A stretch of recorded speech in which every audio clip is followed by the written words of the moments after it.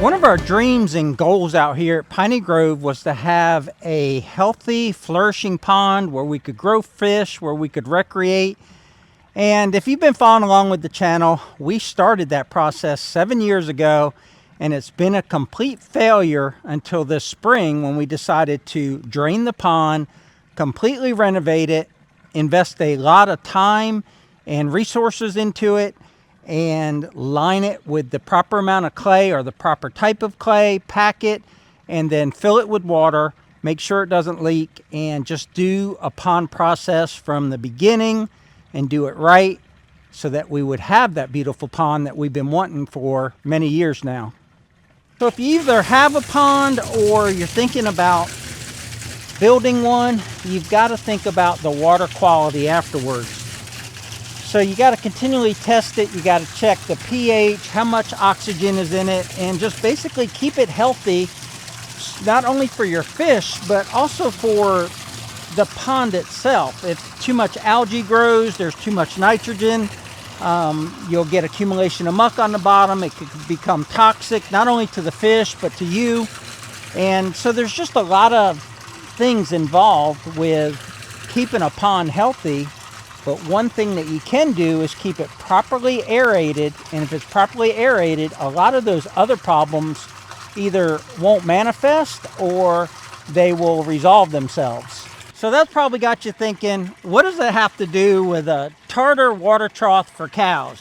Well, we're going to be using this water trough today to test out an aerator, but specifically to test to see if we can operate one remotely on just solar power. Okay, so if you're a tractor person, do you think this tractor can lift that? That water is heavy. I honestly don't know if it can lift it or not. Piece of cake.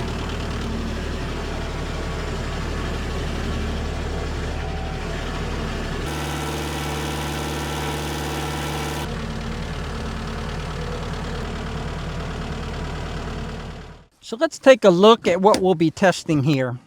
We've got a Vevor aerator, and it comes in a box with 2 diffuser plates, the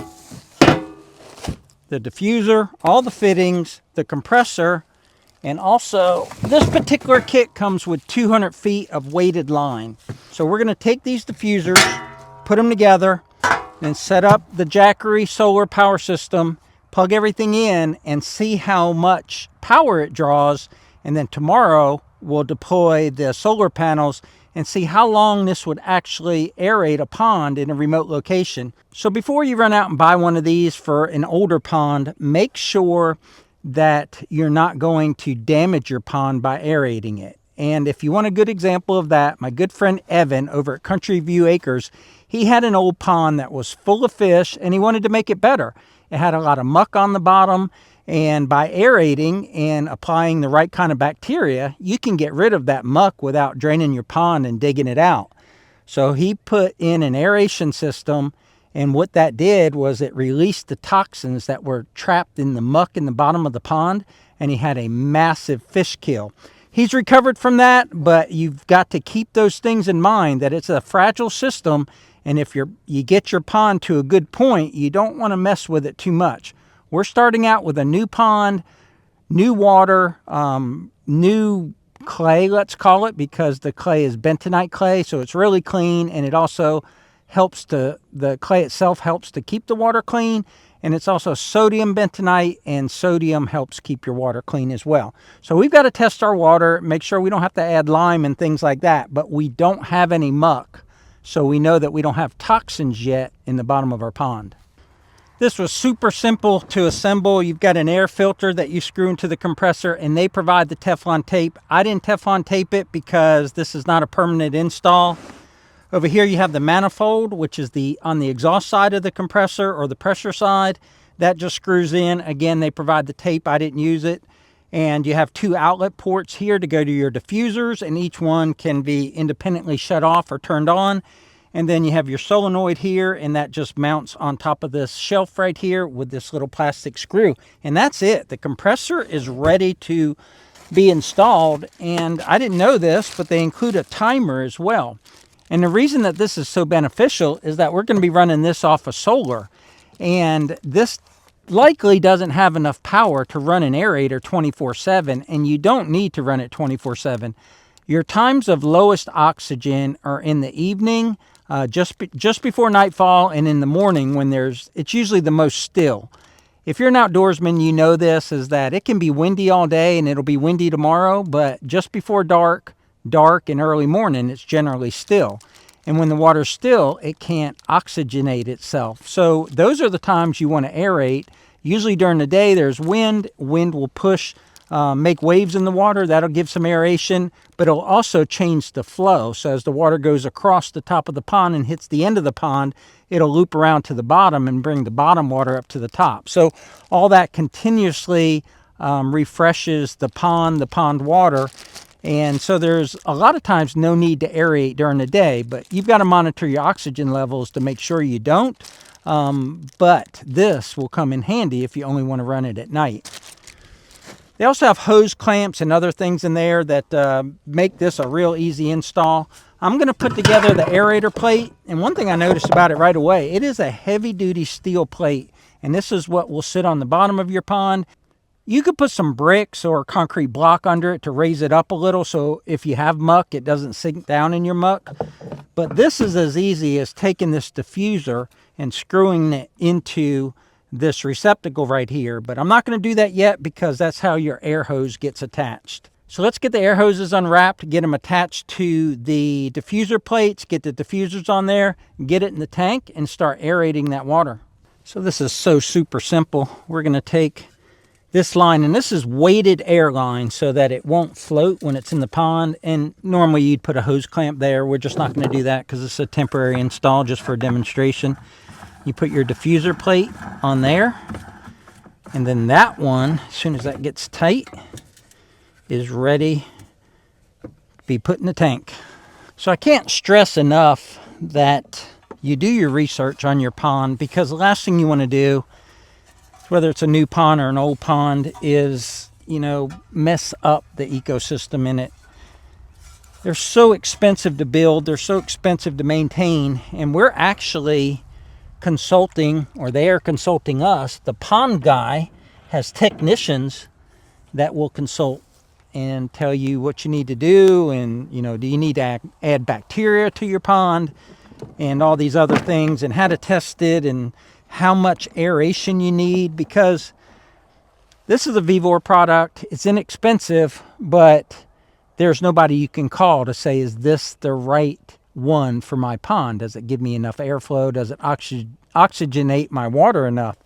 So if you can't figure that out yourself, then you probably want to consult with a professional. We're going to keep all this stuff on the Hyson here just as a kind of a mobile testing unit. And I've got one hooked up already. Let me hook up the second one, and I think then we'll be ready to plug it into the Jackery. All right, let's put this second one in, and this is exciting. I mean, this is new stuff to me.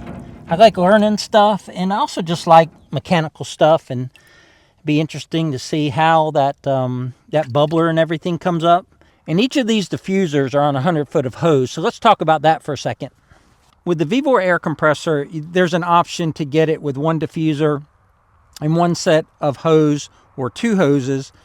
But this hose is common, and you don't even have to use weighted hose that's not down in your pond. The only reason that you need weighted hose is so it doesn't float. But something I've learned is that you do not have to have this unit here next to the pond or within 100 feet of the pond. You could have this in a dry shelter in your barn. In our case, it would be about 300 feet or 100 yards away, and then you would need 100 yards of line. So sometimes it might be easier or cheaper to run more air line underground, just bury it underground, and use just regular air line and then switch over to the weighted line when you get to the pond, rather than running electrical, because the longer you run electrical, you get degradation or loss of amperage across distance, and you have to use heavier gauge wire, and we all know that electrical wire is not cheap anymore. It might be flashing a little bit on the screen, but it's not in real life. But we're at 99% charge on the Jackery, and the Jackery is 3,600 watts, And I also have a battery pack that doubles that to 72. So as soon as I plug this in and turn it on, it will tell me how much wattage we're using. And then we could just do a quick calculation. But I do want to hook the solar panels out tomorrow when the sun is out. Okay, we've got this thing plugged in. And we'll go ahead and turn the valves on to let air go to the diffusers. And because I don't have the timer plugged in, the timer is also the on-off switch. So we're going to do direct connection and just turn on the outlet. So my outlet is live. It's running. Oh, that's pretty cool. You can't see it. I'll turn it off so you can see it, but this motor is super, super quiet. I mean, you can hear it. I'll put the mic right by it. What I'm impressed by is the amount of bubbles that are in that tartar water trough. Let me turn it off so you can get the full effect. Okay, turning on in 3, 2, 1. We're on.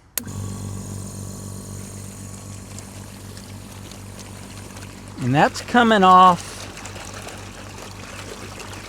That's coming off the surface of the water that far.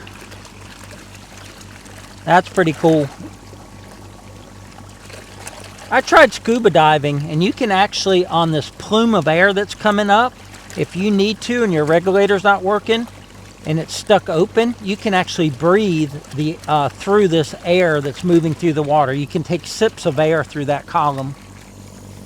So this is a 450 watt unit, and if you look right here, we're burning 447 watts, which is right in line with what they say it's rated for, and we can run for 7 hours. So if we take that and double it, because we have a battery pack for this that doubles the capacity of the battery, we could run for 14.2 hours, which is definitely overnight. You know, set it up before you go to bed at 8 o'clock, and at 6 in the morning come out here and you'll still have a little bit of battery left. But the problem is you would need a whole lot of solar panels to recharge this before the following nightfall. So if this ran for 10 or 12 hours overnight, it would almost completely deplete your battery. And the most I have for solar panels is 500 watts per hour. And that's at optimum charging. So I'd have to run some math, but we couldn't run it 12 hours a night and then expect on a sunny day the next day that it would recharge. So you'd have to be conservative and run it less than 12 hours. Set the timer so maybe it runs for a couple hours in, say, when everything is dead still in the evening, and maybe a couple hours in the morning. And just kind of monitor it, because you're going to have cloudy days. So if you're looking for 24/7 aeration, this probably won't do it. You'd have to have more battery, more solar panels. But you also don't need 24/7 aeration. We talked about the fact that a pond will aerate itself. But I'm going to leave it here. We'll pick up tomorrow with the solar panels and do a little bit more testing. I've got the solar panels all hooked up, but I don't have them on any kind of adjustable angle. I just put them at about a 45-degree angle or so, held up there temporarily, so it's not going to track the sun. But I'm very interested with the 6 panels, which generate a maximum of 500 watts per hour. That is about equal to what the compressor was drawing yesterday. So we should be like a zero-sum game here. But let's go check out the meter on the Jackery and see how it's doing. With the sun, it's really hard to see out here. I'm trying to shade it with my hand. Maybe it's better if I don't do it, but you can see it's generating 428 watts, and we're at 98% because we used a little bit yesterday, and our output right there is 0 watts. Let's plug in the compressor and see what happens. Turn on our outlets. Compressor came on. And we're bringing in 425 watts, and we're outputting 445 watts. So based on the amount of sun we're getting, this will run for 31 hours with a unit, a solar power station that starts out with 3,600 watts. So right there, you easily can run it for 12 hours if you've got good sun to keep your battery charged. Now you can run numbers with solar, but you'd never know how much sun you're going to get And you only get optimal charging when you're at the right angle. And we're midday out here in North Florida, getting lots of sun, but that sun is going to hit these solar panels at a different angle and give us less charge. And so it's always good to do a real world test rather than investing in all this stuff and it doesn't give you the performance that you want. But we're going to let it run for a while and see how the numbers kind of even out as the sun comes and goes. There's a few clouds in the sky, and then just come to some conclusions. It's been 24 hours since we started this video and 6 hours since we turned on the aerator. The sun has now gone down, so we're not getting any input on the solar panels. So let's turn this thing off and take a look at the numbers. You can see we're still going strong. That is the most aerated 40 gallons you'll ever see. I came and checked on the charging throughout the day, and it didn't stay at 450 because the angle of the sun as it moved across the sky, this wasn't turning to optimize the solar capture. So I saw 280-ish at about 3:30, 4 o'clock. Let's check the pump. Got the cooling fins here on the top. I can put my hands on the cooling fins. I can feel a little heat, but it's not burning my hands. The same on this side. The casing's not hot. Manifold's a little warm, where it's sending that warm air through the hoses. And you can't feel too much difference there on the hoses. So let's hit this right here. We have no glare now. So we're at 54%. I'm surprised we're getting any input on our solar panels, but we're getting 33 watts there. And we're outputting about the same. So the compressor is drawing around 450. And right now it's saying 4.1 hours of charge left. Let's turn this off and digest those numbers. So based on those numbers, you can't run this 24/7 on this system. You would need more battery and more solar panels. But based on what I've seen today, you certainly could run this for 4 to 6 hours at night and let it charge during the day. And there may be times when you could run it longer at night, just based on your charging conditions during the day. Or you're going to have more sun, more intense sun. So I think this is a very viable option for those out there that have a remote pond with no electricity. And we're going to use this system in our pond when we need it in times of backup or in times when we want to run it on solar. Because things are not 100% waterproof, you're going to have to build some sort of structure to protect your power station, and also the compressor you can't just leave outside. You'll need some sort of structure for that. But all in all, I think it was a solid test. I learned a lot about aerators. I'm impressed by what they do and how they keep your pond healthy.